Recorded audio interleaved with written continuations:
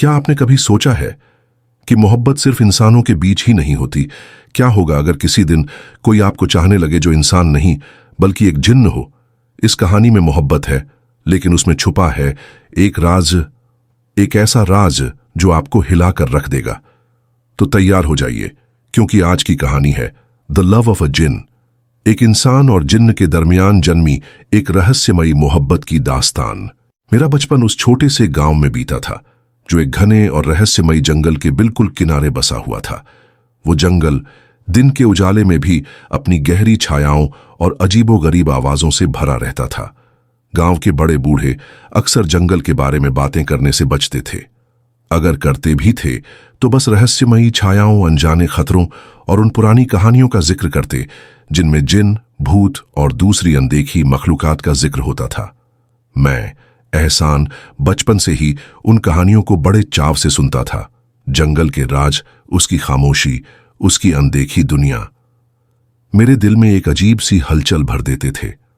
अक्सर मैं अपने दोस्तों के साथ जंगल के किनारे तक चला जाता, पेड़ों की सरसराहट सुनता, ठंडी हवाओं को महसूस करता।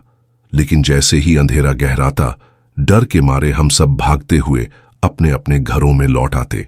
एक शाम जब सूरज ढल रहा था और हवा में हल्की सी ठंडक भर गई थी, मैं गांव से थोड़ा दूर एक पुराने और वीरान कुएं के पास जा पहुंचा। वो कुआं गांव के बाहर जंगल के बिल्कुल करीब था। सुना था कि उस कुएं के बारे में भी कुछ अजीब किस्से हैं, लेकिन मैंने कभी उन बातों को सीरियसली नहीं लिया था। जब मैं कुएं के पास पहुंचा तो एक ऐसा मंजर देखा जिसने मुझे वहीं जड़ कर दिया। कुएं के किनारे एक लड़की बैठी थी, सफेद कपड़ों में लिपटी हुई। उसके लंबे काले बाल रात के अंधेरे से भी गहरे लग रहे थे। उसका चेहरा झुका हुआ था और उसकी उदासी इतनी गहरी थी कि उसे देखकर किसी का भी दिल पिघल जाए। मैं धीरे धीरे उसकी तरफ बढ़ा। जैसे ही मेरे कदमों की आहट उसने सुनी, उसने अपना चेहरा उठाया। उसकी आंखें बड़ी बड़ी, गहरी और रहस्यमयी। उन आंखों में एक अजीब सी चमक थी जो मुझे अपनी ओर खींच रही थी। मैंने हिम्मत करके पूछा, तुम कौन हो? यहां क्या कर रही हो? उसकी आवाज इतनी धीमी और मीठी थी जैसे दूर कहीं मंदिर की घंटी हल्के से बज रही हो। उसने कहा, मेरा नाम आसिया है, और फिर चुपचाप जमीन को देखने लगी। उसकी उदासी ने मेरे दिल को छू लिया। मैं उसके अकेलेपन को महसूस कर सकता था। उसी दिन से हर शाम मैं उस पुराने कुएं पर आसिया से मिलने जाने लगा। हम घंटों बातें करते।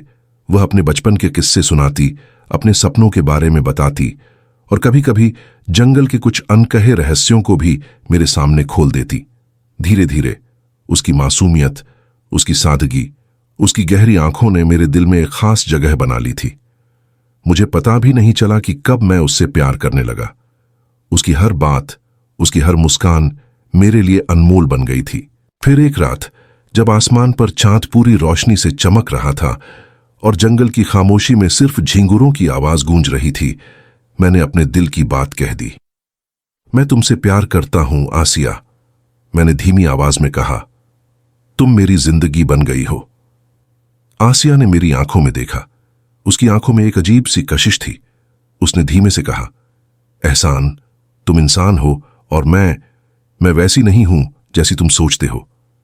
मैं थोड़ा घबरा गया। क्या मतलब है तुम्हारा आसिया? मैंने पूछा। उसने एक गहरी सांस ली और धीरे से बोली, मैं एक जिन हूं एहसान, मैं इंसान नहीं हूं। मेरी दुनिया तुम्हारी दुनिया से बहुत अलग है। उसकी बात सुनकर मेरी रूह तक कांप उठी। जिन, वही मखलूकात जिनके बारे में हम बचपन से डरावनी कहानियां सुनते आए थे। फिर भी न जाने क्यों मेरा दिल उससे दूर नहीं हुआ। मैंने उसका हाथ थामने की कोशिश की। उसका हाथ बर्फ जैसा ठंडा था, एक ऐसी ठंडक जो किसी इंसानी जिस्म में नहीं हो सकती थी। लेकिन फिर भी मेरा प्यार उसके लिए कम नहीं हुआ, बल्कि और गहरा हो गया। मैं समझ चुका था कि आसिया ने अपना सबसे बड़ा राज मुझ पर उजागर करके मुझ पर बेइंतहा भरोसा किया है। हमने मिलना जुलना जारी रखा। हमारा प्यार बढ़ता रहा। हम जानते थे कि हमारी दुनिया एक नहीं थी, लेकिन उस वक्त सिर्फ प्यार मायने रखता था। लेकिन किस्मत को कुछ और ही मंजूर था। एक रात जब हम कुएं के पास बैठे बातें कर रहे थे, जंगल से अजीब सी आवाजें आने लगीं, किसी के दौड़ने की, फुसफुसाहटों की। आसिया अचानक डर गई। उसने कांपती आवाज में कहा, एहसान, तुम्हें यहां से जाना चाहिए, वो आ रहे हैं। कौन? मैंने घबराकर पूछा। मेरे कबीले के लोग, उसने जवाब दिया। उन्हें पता चल गया है कि मैं एक इंसान से मिल रही हूं। और तभी जंगल से काले साए निकलकर हमारी तरफ बढ़ने लगे। वो सब आसिया जैसे ही लग रहे थे, लेकिन उनके चेहरों पर गुस्सा और नफरत साफ झलक रही थी। उन्होंने मुझ पर हमला कर दिया। मैं खुद को बचाने की कोशिश कर रहा था, लेकिन उनकी ताकत इंसानी ताकत से कहीं ज्यादा थी। आसिया बीच में आ गई। वो चिल्लाई, रुको, इसे मत मारो। एक बूढ़ा जिन आगे आया और गुस्से से बोला, तुमने हमारे कानून तोड़े हैं आसिया, तुमने एक इंसान को छुआ है। आसिया ने बहादुरी से जवाब दिया, मैंने सिर्फ प्यार किया है। लेकिन उनके चेहरों पर दया नहीं थी। बूढ़े जिन ने मुझे सजा देने का हुक्म दिया। आसिया मेरे सामने खड़ी हो गई। उसने अपने कबीले से लड़ने की कसम खा ली थी। उस रात जो कुछ भी हुआ वो मेरी यादों में धुंधला सा बसा हुआ है। बहस, चीखें, दौड़ते हुए साए और फिर एक गहरा अंधेरा। जब होश आया, मैं अपने घर के बिस्तर पर था। जिस्म पर चोटों के निशान थे। सर बुरी तरह दुख रहा था। मुझे याद आया कि कोई मुझे जंगल से उठाकर लाया था। पर कौन, ये याद नहीं। मैंने आसिया के बारे में पूछा, लेकिन कोई कुछ नहीं जानता था। वो चली गई थी, शायद हमेशा के लिए। उस दिन के बाद से हर साल उसी दिन मैं उस पुराने कुएं पर जाता हूं। वहां घंटों बैठा रहता हूं। उस ठंडी हवा में उसकी खुशबू तलाशता हूं। उस खामोशी में उसकी आवाज ढूंढता हूं। मुझे पता है वो अब यहां नहीं है।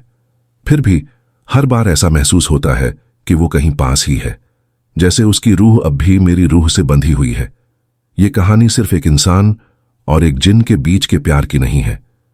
ये कहानी है सैक्रिफाइस की, उस प्यार की जो खुद से ज्यादा दूसरे के लिए जीता है।